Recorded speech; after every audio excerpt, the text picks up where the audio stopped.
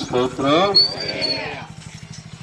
ప్రభునందు ప్రియమైన దేవుని బిడ్డలారా, గ్రామస్తులారా, ప్రజలారా, ఈరోజు జరిగిన కార్యం ఏమిటి అంటే సర్వమానవాళి కొరకు యేసు ప్రభు అయిన దేవుడు సిలువ వేయబడి సమాధి చేయబడి సజీవుడిగా లేచిన రోజని మీ అందరికీ శుభవార్త చాటి చెప్పటానికి విశ్వాసులమైన మేమందరము ఈ రీతిగా మీకు తెలియపరుస్తున్నాం. యేసు ప్రభు నిజమైన దేవుడు, ఆయన కాక వేరొక దేవుడు లేడు.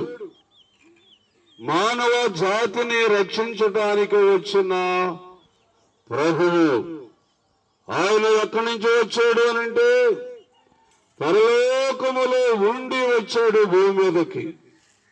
భూమి మీదకి వచ్చిన ఆ ప్రభువు నీ కొరకు నా కొరకు శిలువ త్యాగము చేసిన వాడు, రక్తమంతా చిందించిన వాడు, తన ఆత్మను దేవునికి అర్పించిన వాడు, ఆయన చనిపోయి సమాధి చేయబడి మూడవ రోజు సజీవుడిగా లేచినారు దేవుడు.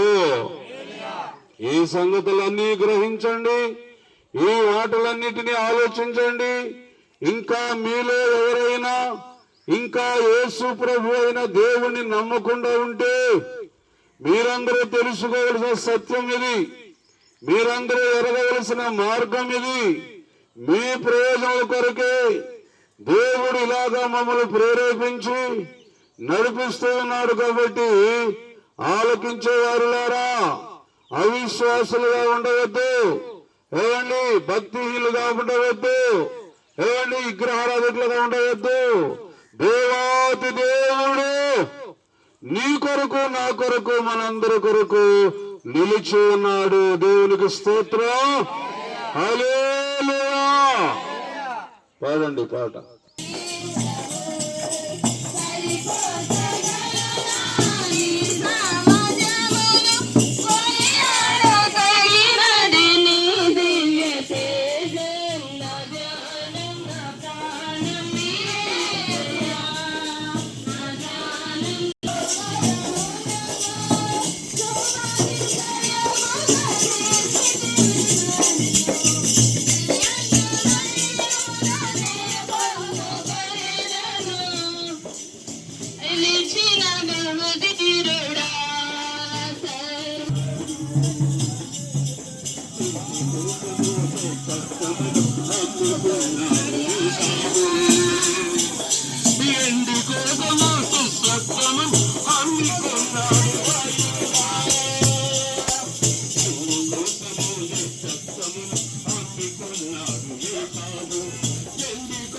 ప్రజలారా, గ్రామస్తులారా, ప్రతి కుటుంబ సభ్యులకు తెలియచున్నది ఏమనగా ఈరోజు పరిశుద్ధ దినము, పవిత్ర దినము. ఎందుకు పరిశుద్ధ దినము, పవిత్ర దినం అంటే పరలోకములో ఉండి వచ్చిన యేసయ్య భూమి మీద సర్వమానవాళ్ళ కొరకు రక్తమును చిందించాడు, సర్వమానవాళ్ళ కొరకు శిలువ త్యాగము చేశాడు, సర్వమానవాళ్ళ నిమిత్తము ఆయన శిలువలో మరణించాడు. సమాధి చేయబడి మూడవ రోజు ఆయన సజీవుడై లేచి వచ్చాడు. సజీవుడై లేచిన దినము కనుక ఇది పవిత్రమైనది, పరిశుద్ధమైనది, పునరుత్థాన ఆదివారము. కాబట్టి ప్రజలారా, తెలుసుకోవాల్సిన సత్యం ఏంటంటే నువ్వు నమ్మినా నమ్మకపోయినా నిజముగా దేవుడు యేసు ప్రభు భూమి మీదకు వచ్చాడు.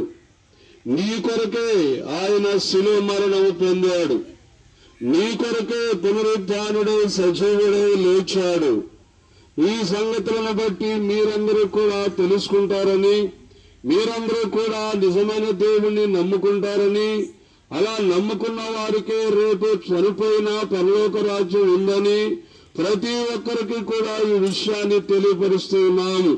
దేవుడైన యెహోవా ఆత్మ తండ్రి మాకు ఇచ్చిన ఆలోచన ప్రకారముగా మీ గృహాలకు వచ్చి మీ ఊళ్ళో తిరుగుతూ ఈ వర్తమానాన్ని దేవుడు మీకు చెప్పమని మాతో మాట్లాడాడు. కాబట్టి ఆలకించే వారందరూ కూడా ఆలోచించండి సహోదరులారా, ఆలోచించండి. ఏ భేదము లేదు, అందరము మానవులమే, అందరము మనుషులమే.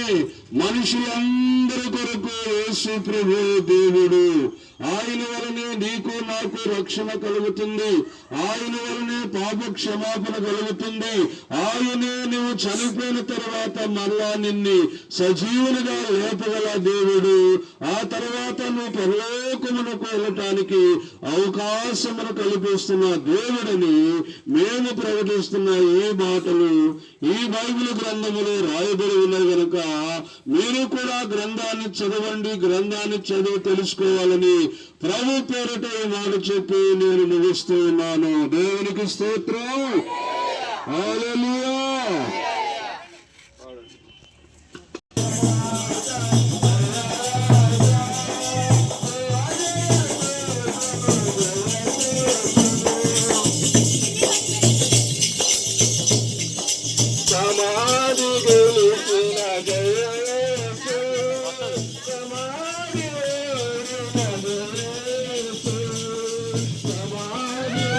నీ సువార్తను ప్రకటించమని చెప్పావు. సమస్త జనులను నా శిష్యులుగా చేయండి అన్నావు. అలాగ చేయాలనే ఉద్దేశంతో నీ సువార్తను ప్రకటిస్తున్నావు. ఆలకించేవారు నమ్మాలి, అంగీకరించాలి. నిజమైన దేవుడు యేసు ప్రభువని, లోకములో ఉన్న వారందరికంటే గొప్పవాడని ఈ బిడ్డలందరూ తెలుసుకోవటానికి సహాయం ఇచ్చేయమని, ఈ బిడ్డ నీ కుటుంబాన్ని అంతటి దీవించమని యేసు నామమున అడుగుచున్నాను తండ్రి. ఆమేన్. ఆమేన్. దేవునికి స్తోత్రం.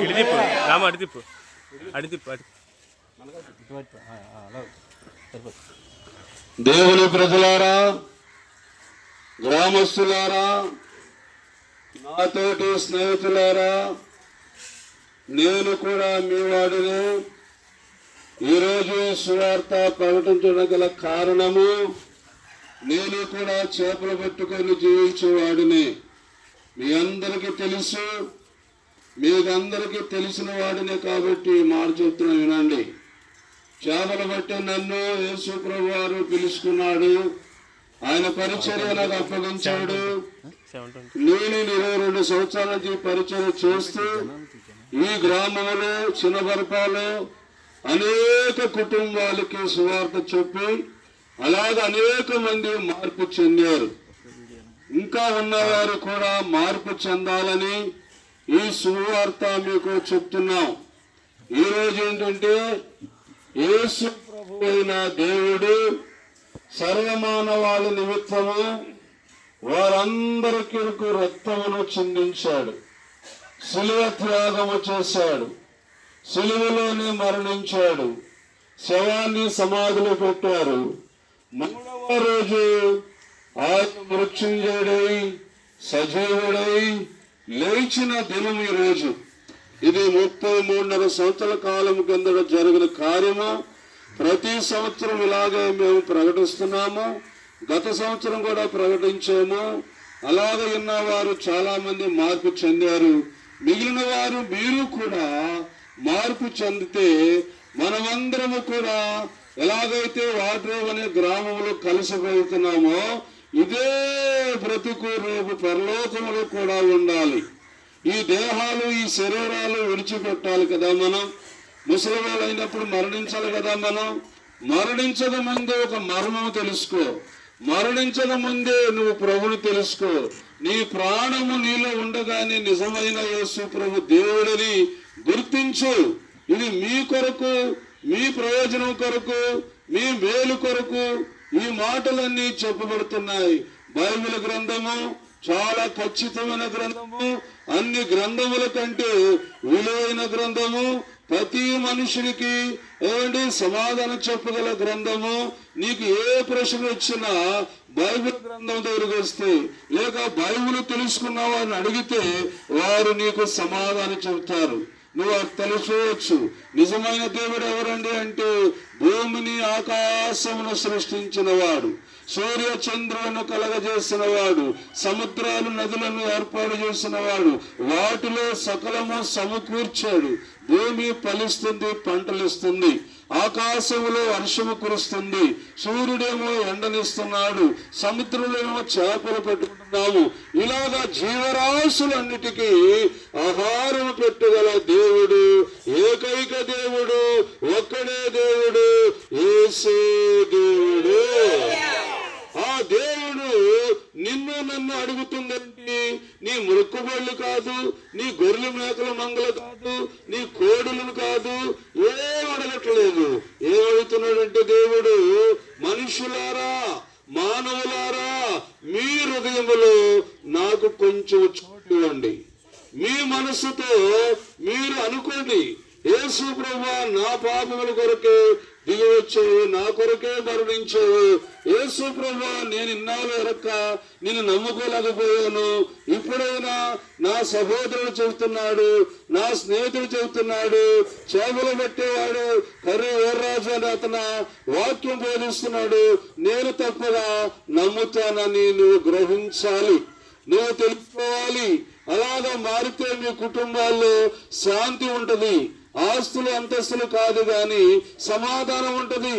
మీ బిడ్డలు గాని మీరు గాని అందరూ సుఖముగా బ్రతకటానికి అవకాశాలు ఉంటాయి. అది దేవుడే యేసు ప్రభు మీకు మీ కుటుంబాలకి సమాధానం ఇచ్చునుగాక. హల్లెలూయా.